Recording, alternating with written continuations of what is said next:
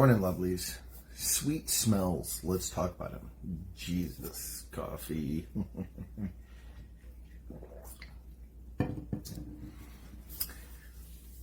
Do you now have a smell that when you smell it triggers a memory in your brain? Like maybe a really, really sweet smell, like maybe when you smell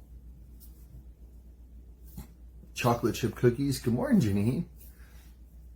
Like maybe when you smell chocolate chip cookies, it makes you think of mom baking chocolate chip cookies when you were a kid. Or maybe when you smell fresh laundry, it makes you think of when mom used to do laundry when you were a kid, and it just takes you back to that memory. And that sweet smell really just helps you. Like, makes you think of things, and it is pleasant.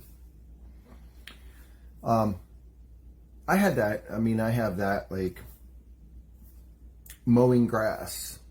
As a kid, I used to, when my dad would mow the grass, when I was a kid, that smell of fresh cut grass. And when I cut the grass now, that smell of fresh cut grass brings me back to when my dad used to do it, or, when somebody's baking something. I want to go through a passage, and I want to share with you a really cool story that God actually revealed something to me when I was very young in my walk. I want to go through Ephesians 5. I love Ephesians. Verses 1 and 2. And I'll tell you a really cool story about how this passage was used by God to reveal something that I was experiencing. Because he's just that good. So therefore, be imitators of God as dear children, and walk in love, as Christ also has loved us and given himself for us, an offering and a sacrifice to God for a sweet-smelling aroma. So be imitators, right? So,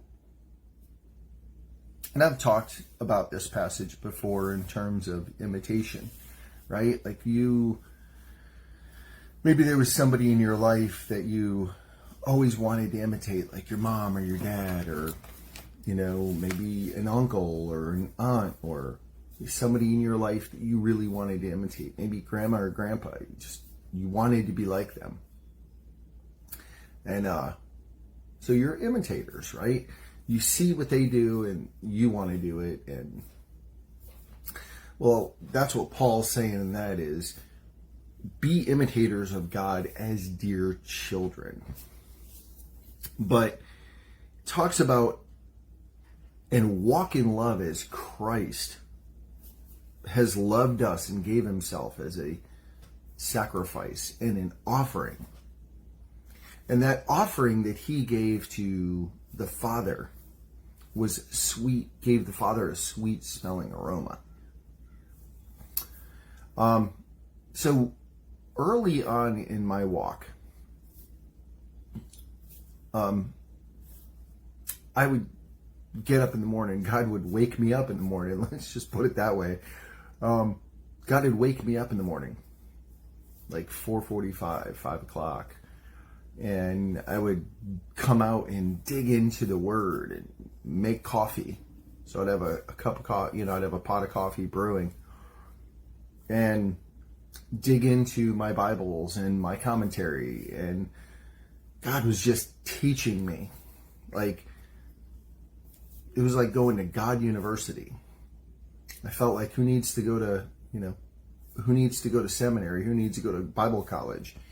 I'm going straight to God U. The church was going through the book of Ephesians. We were studying the book of Ephesians. And intensely studying the book of Ephesians.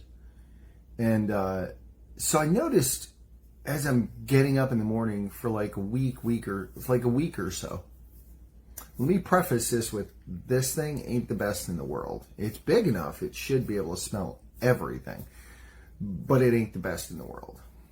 I often miss smells that are pretty obvious to others. So I noticed one morning, and it really became a trend for like a week or so, I would smell something very, very sweet, like very intense smell. Like somebody's baking something very sweet. And I'm like, it's 5 o'clock in the morning. Nobody's baking anything at 5 o'clock in the morning. My neighbors aren't. My neighbor would get up, start his truck. He would go to work. Real loud exhaust. But I wouldn't, there's nobody baking anything. What am I smelling? So I noticed it, and it became a trend, and I emailed our pastor, Doug. And I said, hey, Doug, have you ever heard of God revealing himself through like smell, just letting you know he's there? And I'm like, no, but I don't want to put God in a box. Is it possible? Yeah, it could be possible. So again, kind of continuing on. Well, we get to church that following Sunday, and we happen to be in Ephesians 5. We happen to be starting Ephesians 5. And there it was. The sweet smell of sacrifice. God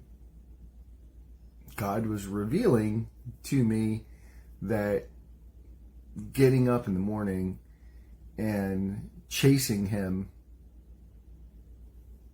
over sleeping, chasing the Lord over sleeping, sacrificing sleep to spend time with him and to learn and to dig into the Word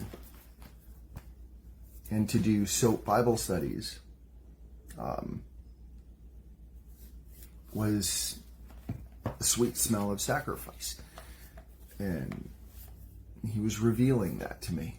And that was always kind of embedded, kind of entrenched myself. Not only was I digging into the Word and developing that relationship, really developing that bond between him and I, but him showing that to me and revealing that, that's something that I'll never forget. That he's such a loving Father. You know, he sees our sacrifices. When we choose to do something and we choose to walk in love over choosing to walk in flesh, that's a sweet smell of sacrifice to him. Hey, you know what? I really want to go do this because this would be a lot of fun. But somebody asked me to help him. And I could help him, but it would mean I would have to sacrifice this. Which way are you going to go? And when you choose that path of being loving, and loving as Christ loved, he smells that. That's a sweet smell of sacrifice to him. He loves that. Good morning, 6. So Christ loved us sacrificially, right? And that's how, as husbands, we're to love our brides, right? We're supposed to love them sacrificially. And when we choose to love sacrificially, and when we choose to do something and sacrifice something we want to do to help others, then God sees that. God smells that. That aroma is very pleasing to him. So yeah, just,